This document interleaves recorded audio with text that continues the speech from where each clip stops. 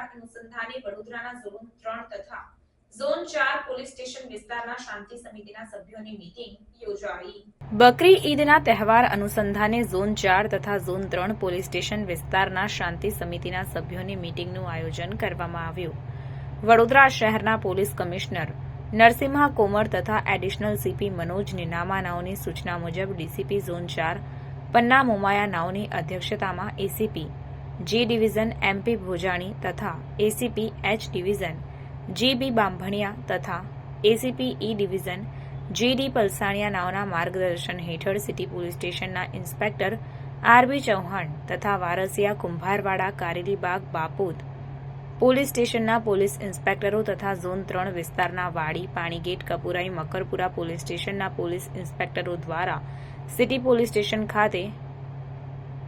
તારીખ 17 જૂન 2024ના રોજ બકરી ઈદના તહેવાર અનુસંધાને શાંતિ સમિતિની મીટિંગનું આયોજન કરવામાં આવ્યું અને